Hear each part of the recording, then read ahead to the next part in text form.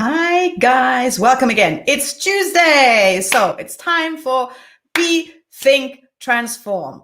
And today I want to talk to you about something that most people probably think, what? That's a thing? And that is being addicted to drama. And like drama, how can you be addicted to drama? Is that really a thing that, crying kids, arguments with the husband, fights at work? Like, I feel horrible. So how can I be addicted to that? Well, turns out you can, and I'm going to tell you why that may come about, how that may come about, what the warning signs are, and how you can kick the habit. So stay tuned, coming right up.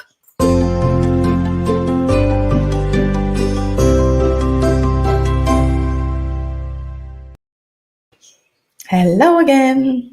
So we all know the type. Maybe it's a family member, maybe it's a work colleague, maybe, it's a friend who is like forever falling for the wrong guys. And she's always complaining about how horrible everything is going. And yet she feels paralyzed to leave. And she just spends hour after hour after hour telling you in the minutest detail about how bad everything is going. Maybe that's you. Maybe it's not a friend. Maybe it's you. Maybe, you can think of a colleague who, when assigned a new task, will rather spend 30 minutes complaining about what an idiot the boss is, rather than invest the time in actually coming up with a solution to the problem at hand. Drama.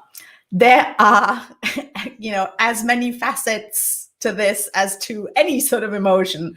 But why would anybody be addicted to drama? Is that so are these people actually consciously bringing the drama about in their lives?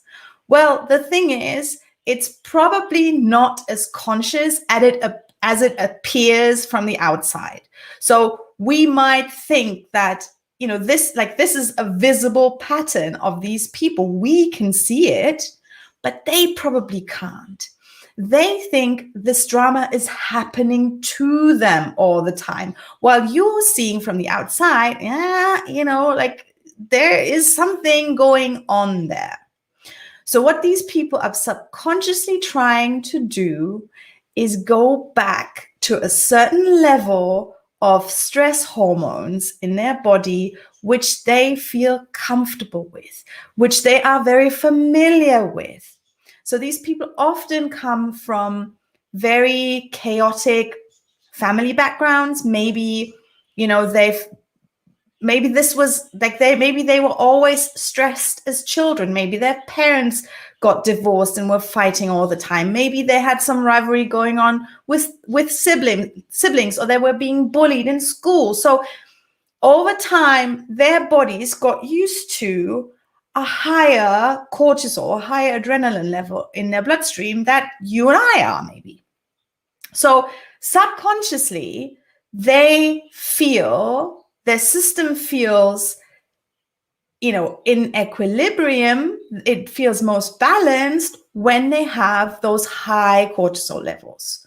So any opportunity that could create this stress, so this could be just another word for drama, is create higher stress levels, is going to be taken and is going to be milked for all it's worth. Subconsciously, these people they don't really know what they're doing. And this is where the hacking of the habits has an opportunity to grab hold of it. Because all of this can only happen for as long as you stay unconscious, unaware of what's actually going on.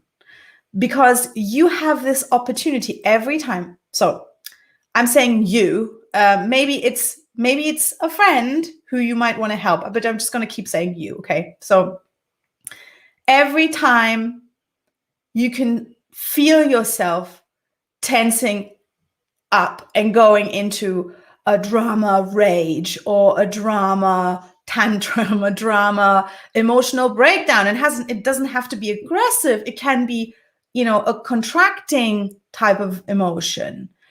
Stop yourself. Like the contraction is the flight freeze part of the fight, flight, freeze, fawn response of your sympathetic nervous system. So if you feel that, stop. Take a moment. Take a breath. Yes? And reevaluate the situation. Does it really require as strong a reaction as you're getting ready to give it? Yes? You are in control here, not your circumstances. Nobody is making you angry. Nobody is making you sad.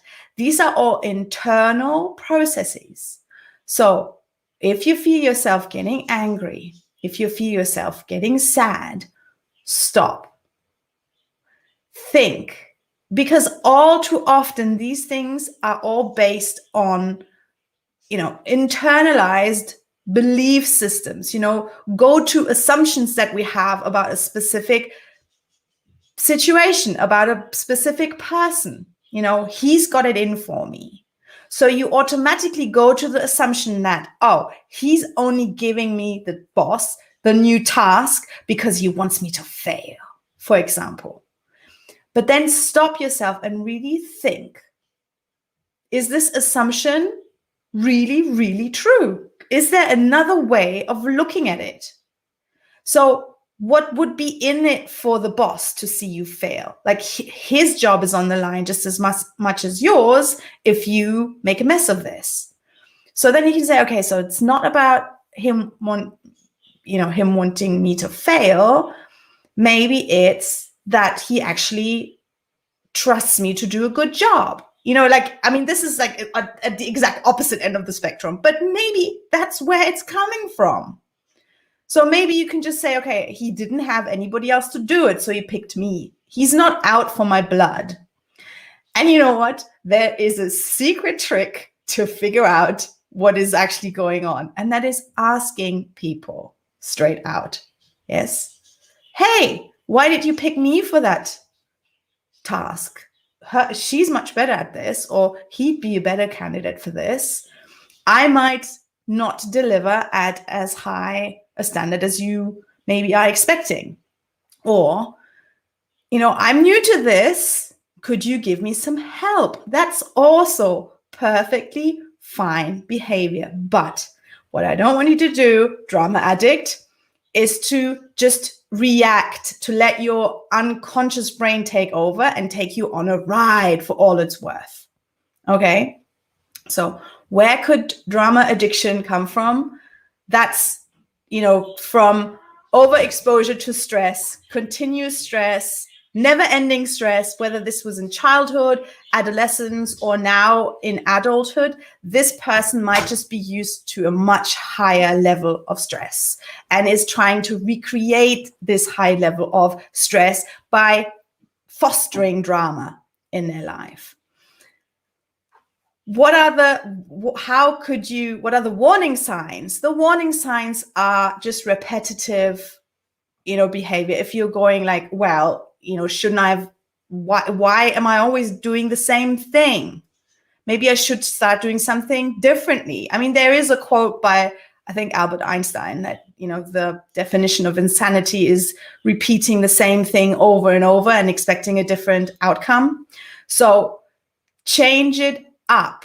If you're always falling for the same type guy, maybe don't go out with a bad guy again. Maybe do go out with a slightly boring looking, I don't know what it is about him that is not really lighting a fire under you right now, but maybe give the other guy a chance, because who knows, it might just work out. And the last thing, I have a visitor behind my screen, and how to hack these habits. Take a moment, separate yourself from the situation, check your assumptions at the door, and figure out if there's a different way, of thinking about it that still feels true to you, that it's not like, oh yeah, it's because I'm a, rock star that he wants to go out with me. No, pick something that you can actually believe in and then run with it. Give it a shot. Give it a go. All right. So I have actually, one more thing.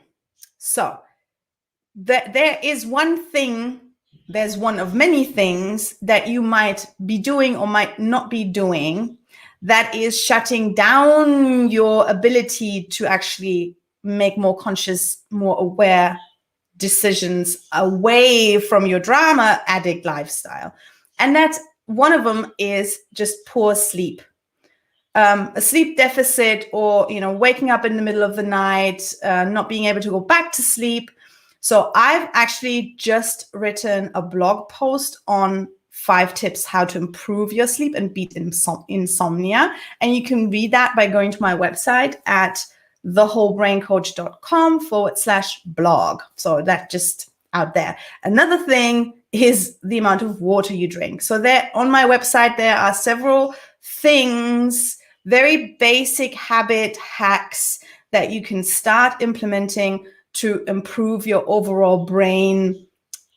Well, to optimize your brain, let's put it that way, to give it the best foundation so you can work from your higher brain rather from your lower emotional, instinctual brain areas, because those are energy savers and these bits up here are really energy expensive.